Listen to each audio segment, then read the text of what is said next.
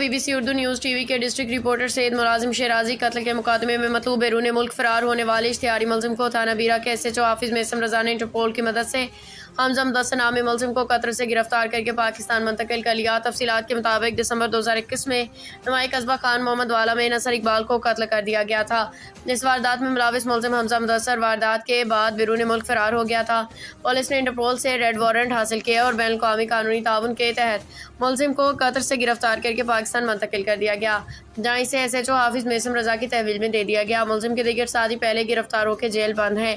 DPO Sargodha نے کہا کہ وزیر اعلیٰ پنجاب مریم نواز کے VNO IG police Punjab doctor Usman Anwar کی ہدایت کے مطابق جرائم پیشہ عناصر کے خلاف سخت کارروائیاں جاری ہیں تاکہ عوام کی جان مال کے تحفظ کو یقینی بنایا جا سکے۔ بیرون ملک فرار ملزمان کی گرفتاری کے لیے انٹرپول سمیت تمام قانونی ذرائع کو استعمال کیا جا رہا ہے۔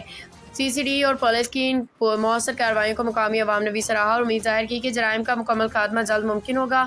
اجتماع تھانہ بیرا تحصیل پریس کلب بیرا کے صدر محمد سلیم اختر سلیمی سے گفتگو کرتے ہوئے کیا۔